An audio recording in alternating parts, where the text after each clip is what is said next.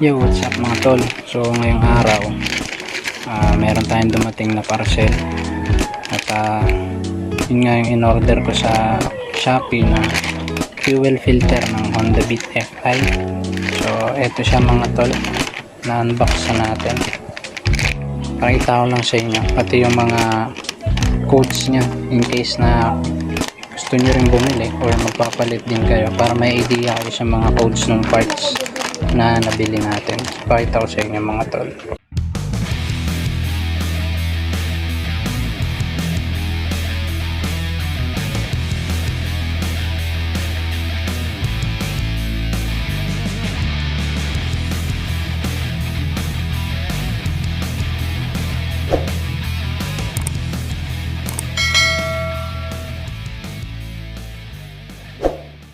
So yun mga tol, ito nga yung parts na nabili natin. Ayan, may kasama siyang o-ring gasket at saka ito yung mismong fuel filter. Ayan yung code niya mga tol. Ayan, tapos may nakasulat sa likod, bali galing China pa kasi itong parcel na to. Ayan, makikita nyo yan, KZL Beat Honda. Ayan yung nakasulat sa likod ng packaging nya. Tapos ito yung o-ring gasket. Hindi ko pa na-try magpalit ng fuel filter, bali first time ko to, pero nanood ako ng mga videos, nag-search din ako, mukhang madali naman, so subukan kong palitan nyo sa akin. Pakita ko rin sa inyo kung paano yung magiging diskarte ko para in case na kayo naman yung magpapalit, meron din kayong idea. Ayun, so ito yung mga parts na ikakabit natin. Tara, samahan nyo ako at babaklasin natin yung luma. Papalit na natin itong bago. So mga tol, sa pagbabaklas natin ng fuel filter natin, kailangan muna natin tanggalin yung cover ng fuel tank. So tanggalin nyo lang to, dalawang screw na to. Ano to, ayan, dalawang piraso yan, kabilaan.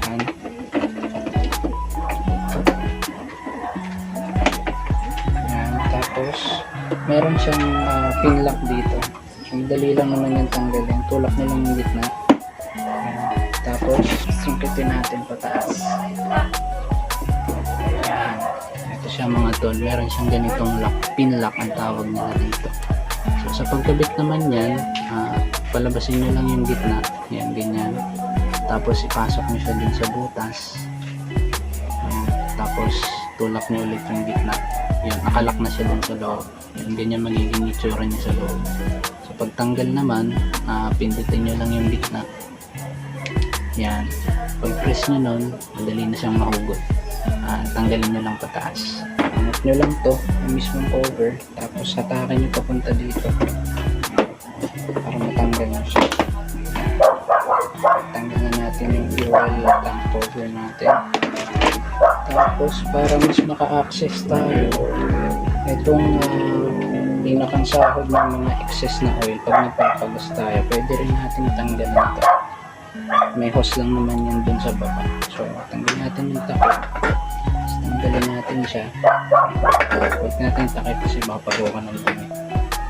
Tapos tabi nyo lang para maka-access tayo ng maayos. Tapos bago nyo tanggalin yung mga nakakabit sa ating fuel pump, linisin nyo yung tangke kasi pumasok yung mga ali-alikabok sa loob, and kakaroon ng dumi yung gasolina natin. Pagpagan nyo lang or punas-punasan nyo, so ganito mas malinis. Mas first time ko magbabaklas, first time ko magkakabit, kaya wala tayong idea kundi yun lang mga napanood natin online. So kayo na mga nanonood, para meron kayong idea, pakita ko rin sa inyo kung paano yung magiging diskarte ko dito. Yan, so meron siyang ito yung hose ng ating fuel mula dun sa fuel tank, packet sa fuel pump, ilalabas ng fuel pump dito sa hose papunta sa throttle body. So kailangan tanggalin natin to. Bali may pin lock lang siya dyan, may clip siya, press nyo lang yung clip, tapos tandaan yung bunutin. Alam ko meron tong gasolina na papasok na nasa loob ng tube. medyo dahan-dahan lang. Yan. Press lang, tapos ukot dahan-dahan. Yun.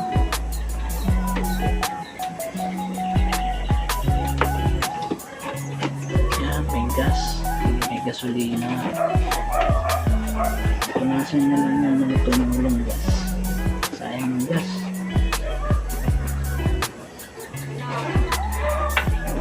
Yan, tapos dito naman tayo sa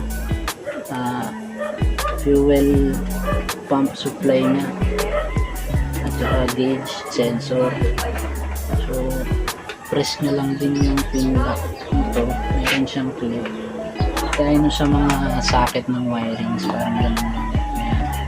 Sugot, tabi lang natin para mas ma-access natin siya. So para matanggal natin yung mismong fuel pump, meron niyang 4 na bolt dito. Ang size ng bolt ay 10mm. Meron siyang 2 bracket dyan na nag-hold dun sa ating fuel pump para hindi siya sumingaw. Yun na yung pinakang bracket niya na nakalak sa kanya. So tatanggalin natin yun. Yeah. First time natin matanggal yung bolt kaya matigas.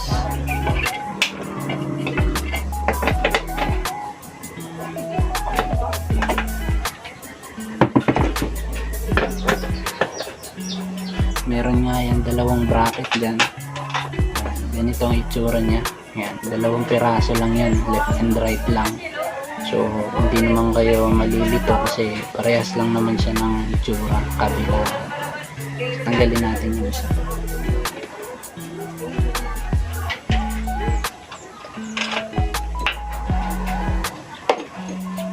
Ganito ang itsura niya mga tol. 2 yan, kabilaan.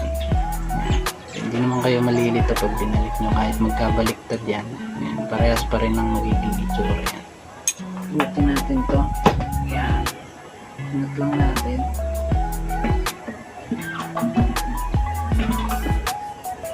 May kasamang o-ring yan. So, tanggalin lang natin siya. Dahan-dahan lang kasi yung floater nito baka ma-damage pa natin kaya dahan-dahan lang kapag kayo magtatanggal. Ito yung ating fuel pump. Tanggalin natin. Nakikita nyo napakarumi na ng fuel filter natin. So, papalitan natin yun. So pagtanggal nito mga tol, yan, kung nakikita nyo yan, may kasama nga gasket yung nabili natin. So check natin yung gasket kung talagang palitin na. Ngayon, kung hindi naman, yung mga rubber gasket na yan or o-ring, kung okay pa naman, hindi na natin siguro papalitan.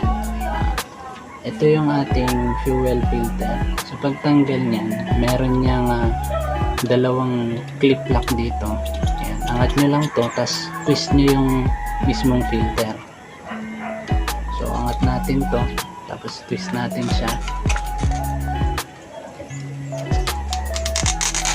Yan. Tapos hugutin natin. Yung yan, nakikita nyo meron siyang kasamang o-ring. So dahil merong kasamang o-ring din yung nabili natin, so tatanggalin na natin to, papalitan na natin ng bago. Tingnan natin yung itsura nung nabili nating bagong fuel filter kung parehas lang sila ng magiging itsura dito. Ito yung itsura ng bagong fuel filter natin. Medyo may pagkakaiba siya dun sa original. Ayan, makikita nyo yung itsura niya magkaiba. At saka magkaiba rin yung magiging twist ng ating fuel filter kapag kaya kinabit natin dahil magkaiba rin yung pwesto ng lock. Pero okay lang naman dahil pang bit FID naman to. Yung iba ang ginagamit nila pang Honda click, pero siguro ganito nga rin, mag-iiba yung angulo ng filter. Pero wala naman sigurong problema yun. Ang mahalaga, meron tayong filter. So kung meron kayong mabibili na ganito rin itsura, mas maganda para kung ano yung original, ganun pa rin siya. Since natanggal na natin at talagang palitin naman, ikabit na natin tong bago. Lagay natin yung bagong o-ring, rubber o-ring.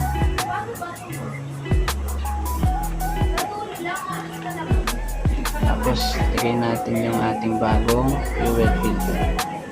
Yan, ganyan yung tsura niya mga tol. Tapos yung ating gasket o-ring dito sa labas, okay pa naman siya, wala naman siyang damage. Siguro kung madumi, linisin nyo lang. Pero kung talagang gusto nyo palitan na, pwede naman palitan yun. Pero ako hindi ko na siguro papalitan kasi okay pa naman siya. Siguro sa mga susunod na pagkakataon na lang, tatabi ko lang yung nabili kong pyesa para meron tayo agad pamalit. Tapos balik na natin mga tol sa pagbabalik. Kung paano nyo tinanggal, ganun lang din natin ibabalik. Ingatan nyo yung floater. Ayan. Unahin natin ipasok yung floater.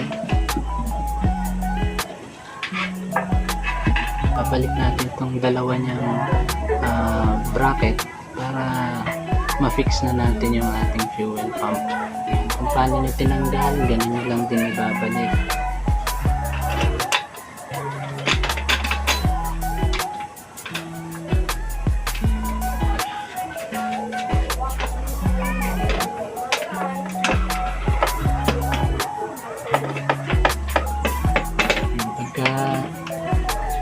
Higpitan nyo na, hand tight lang, huwag masyadong mahigpit.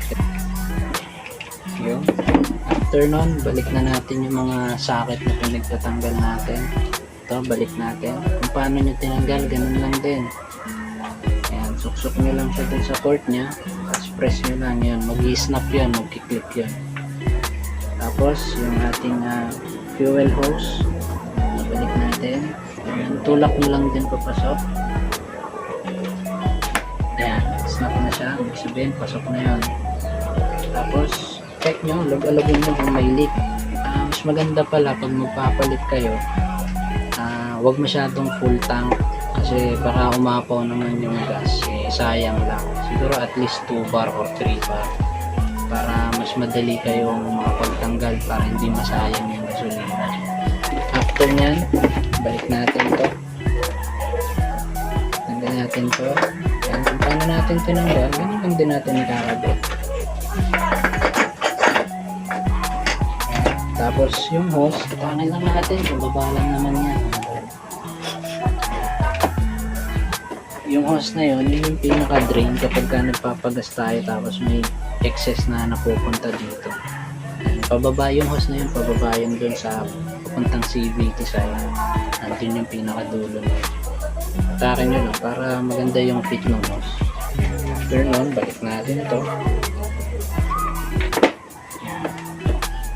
Tapos, balik natin yung lock. Ito. Balik natin itong pin lock na ito. Yan, pag ibabalik natin, ganyan magiging itsura nya. Labas nyo muna yung ulo, yung gitnang ulo. Tapos, pasok nyo din sa butas.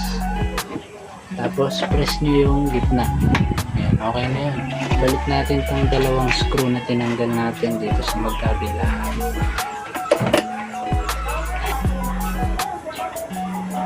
So, yun mga tol. Tapos tayo. Ganun lang kadali. So, kung ito try nyo, kayo lang magpapalit. Yan, ganun lang kadali yung magpalit ng fuel filter. So, yun lang muna para sa ngayon mga tol. Ride safe sa ating lahat. Ingat tayo. Peace.